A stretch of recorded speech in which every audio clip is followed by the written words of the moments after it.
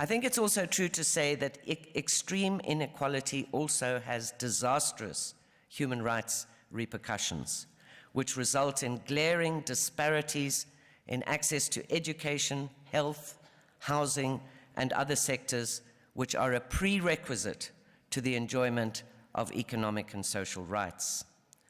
And such inequality is both a cause and a consequence of human rights deprivations. The critical question, and I think we must all mull these things, I don't have the answers in all cases, is whether the protection of and respect for human rights can make a difference in the fight against equality. Coming from my own perspective, I would answer with a resounding yes. The question that then would follow that is, how can human rights, or the protection of human rights, help to advance the interventions that are needed to tackle inequality? To do this, I think it's clear that a range of laws, policies, and programs are required, which need to be synergized, and I emphasize that word, synergized, also with the protection of rights. Our approach currently, I feel, is an ad hoc one, and I feel that it's not currently doing what it needs to help reduce inequality. The application of our human rights framework, for we do have one, is essential, and especially to force government to take measures to end discrimination and promote equality. Let us take, for example, and it came up under discussion with the previous speakers, the issue of perceived or real discrimination in the distribution of aid. It may not be deliberately or targeted at focusing on areas where politicians, for example, may mostly benefit. But it is worth asking whether the location of our food banks are aimed at areas where the greatest needs exist.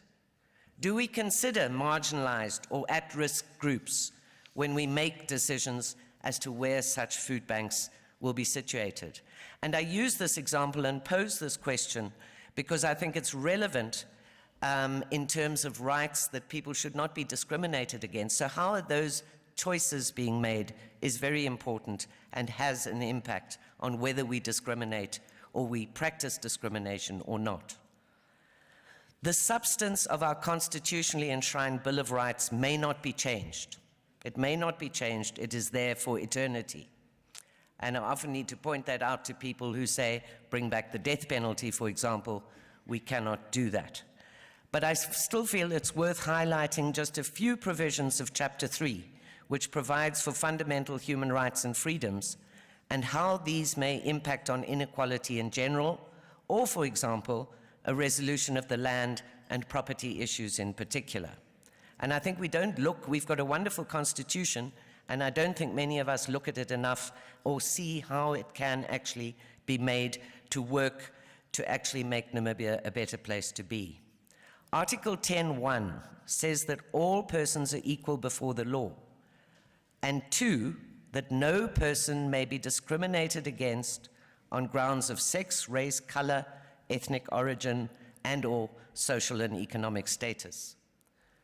But discrimination remains a key underlying cause of inequality, and it limits people's ability to participate in the development of poverty reduction challenges or government policies and even access to justice. Another one of the articles in our Bill of Rights, Article 16 on property, includes, number 1, all persons have the right to acquire, own, and dispose of all forms of movable and immovable property in any part of Namibia. It does, however, also add that Parliament may legislate to prohibit or regulate the right to acquire property by persons who are not Namibian citizens. But apart from that, there are no exceptions. And rights, it must be emphasized, don't just apply to certain groups, it applies to all.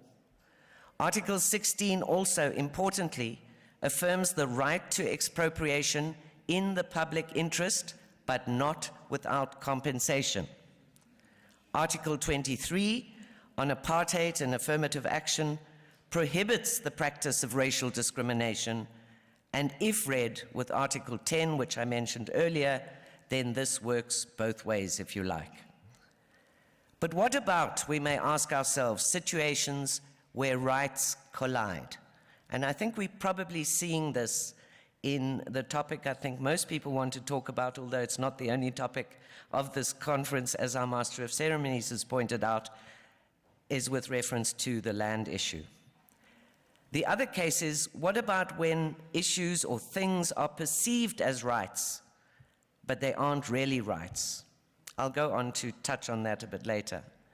No one would deny that everyone has the right to decent and affordable housing, and for those who don't have the means, this should be provided for them. I don't think there would be any argument about that.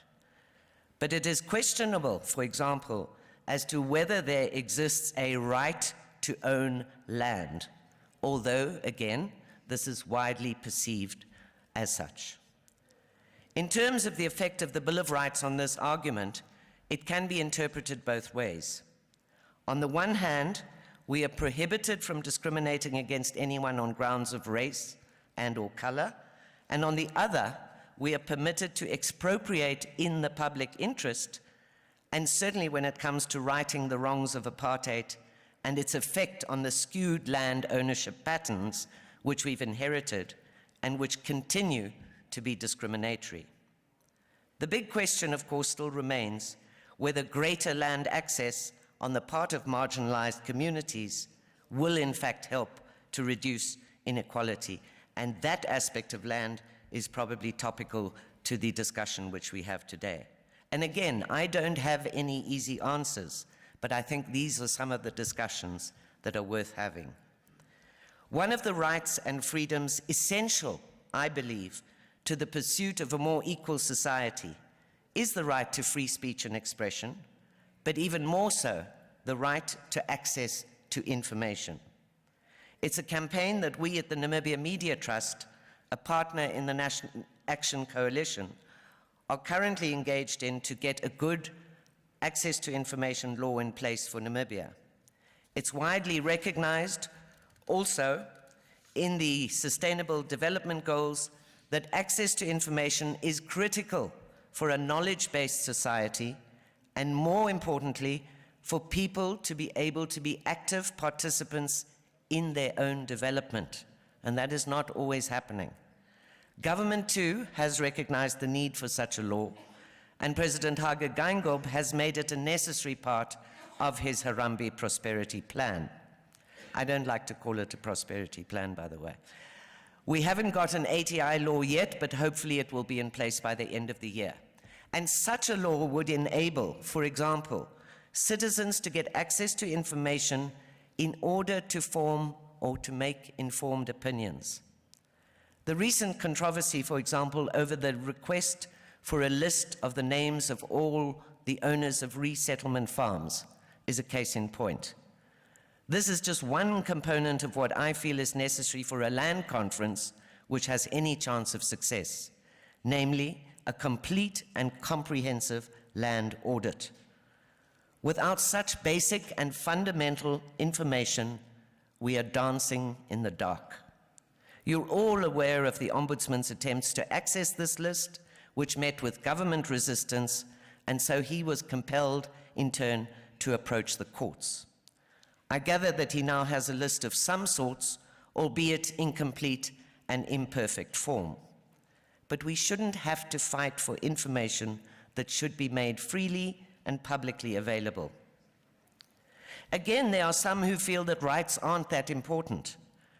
And you will have all heard the expression that you can't eat democracy. In my view, it's a very counterproductive thing to say. There's no doubt that you can't really eat rights, but they can certainly help people and help to provide people with the wherewithal to find the ways and means to put food on the table. If people have access to more and better information, this will promote a more enlightened and knowledgeable debate about burning issues such as land and property, which are difficult discussions to be had in the present highly charged environment, and a rights-based approach to the problem is not currently happening. Just as an aside, I watched on the sidelines yesterday on social media, Twitter forum, as Roland attempted a discussion, his point being a lack of protection of property rights erodes the economy and doesn't result in a reduction in inequality or help employment creation or poverty reduction. That is Roland's view. I don't say I necessarily share that view, but that's his view. But his argument was dismissed completely out of hand on Twitter as a Eurocentric position with accusations that he was serving the interests of apartheid, which run counter to the politics of inclusion.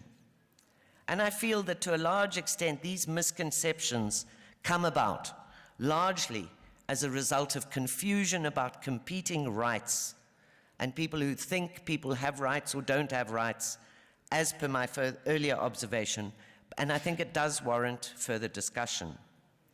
We would all do well to keep rights in mind as we go forward to ensure a much-needed restitutive and remedial process around the issues of property and land. Finally, although they don't necessarily relate directly to inequality and the rights and property debate, I feel I can't end without making a few points about general strategies to reduce inequality, which is a scourge getting worse by the day. And firstly, and I think I want to emphasize this because I think it's paramount, it has been touched on by other speakers, greed is killing us. Everyone has the right to a decent living, and this is what we want to achieve when we say we aspire towards equality. But we have to fight tooth and nail against the rampant materialism which is manifested in rising levels of corruption in our country. In turn, this is exacerbating elitism and enhancing class differences. Graft, in turn, steals directly from the poor. Inequality is most manifest in the fact that we haven't yet been able to fulfill the right to decent and affordable housing. For me, it boggles the mind that we've been unable to come up with creative and innovative solutions in this respect, and rampant corruption guarantees the excuse that there's no money available for such burning priorities. Secondly, we may have to accept that while achieving greater access to agricultural land will satisfy a deep and legitimate yearning, yes, legitimate, on the part of many of our compatriots, that it won't necessarily help reduce economic inequality. We have to look at ways and means that we can do both. Otherwise, to me, there isn't much point. I would maintain, though, that the provision of decent housing for all our citizens is the paramount objective. Thirdly, education is key. The right to education is guaranteed in our Bill of Rights as well, but it's the right to education. It doesn't say the right to a good education, and I feel this is where the difference lies.